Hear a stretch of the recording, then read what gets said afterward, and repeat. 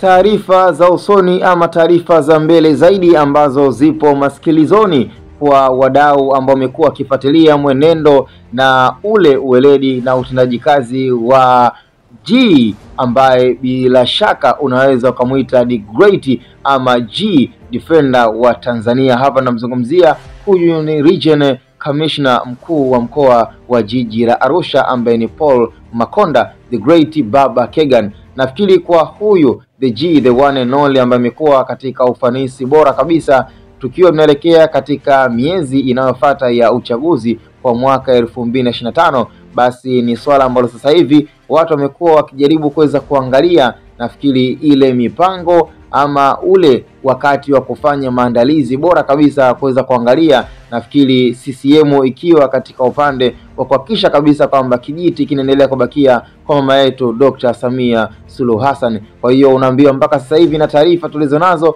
mipango ni mingi, lakini pia ukisikia mambo mezani, mambo yapo yanaendelea kufanyika kwa uteuzi sahihi na uteuzi bora kabisa kutokea kwa rais wetu mpendwa Dr. Samia Suluhu Hassan, ambapo nafikiri yote ni kuhakikisha kabisa kwamba maandalizi ya uchaguzi yanafanyika kwa amani, lakini pia na yanafanyika kwa ustadi kabisa na haki, ambayo nafikiri ukisikia ni free and fair election, basi mpaka sasa hivi ni kwamba watu wamekuwa wakitamani sana kuweza kuona zile kashikashi za uchaguzi zikiwa zinakaribia kuanza. Na kwa upande ambao watu wengi wamekuwa wakitamani ni kuona Paul Makonda akiwa anazunguka katika mikoa tofauti tofauti kuweza kuangalia ni namna gani ya kuweza kuwatikisa wapinzani wao, kwa sababu kiuhalisia watu wamekuwa wakijaribu kupima mzani na kuona Chama cha Demokrasia na Maendeleo kimekuwa kama kimedhoofika na kumekuwa kama na utofauti ambao unaonekana kabisa kwamba sasa hivi chama cha CCM kiko above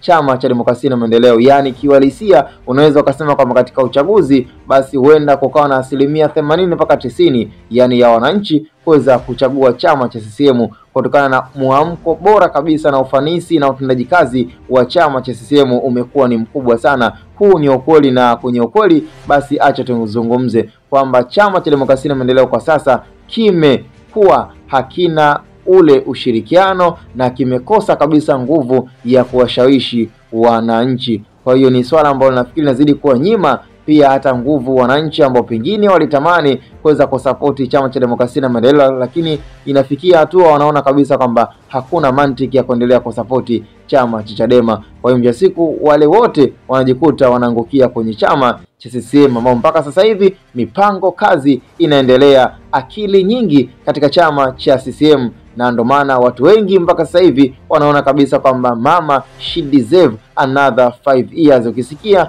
mitano mingine tena kwa mama. Tukutane kwenye comment in Hatboy Media.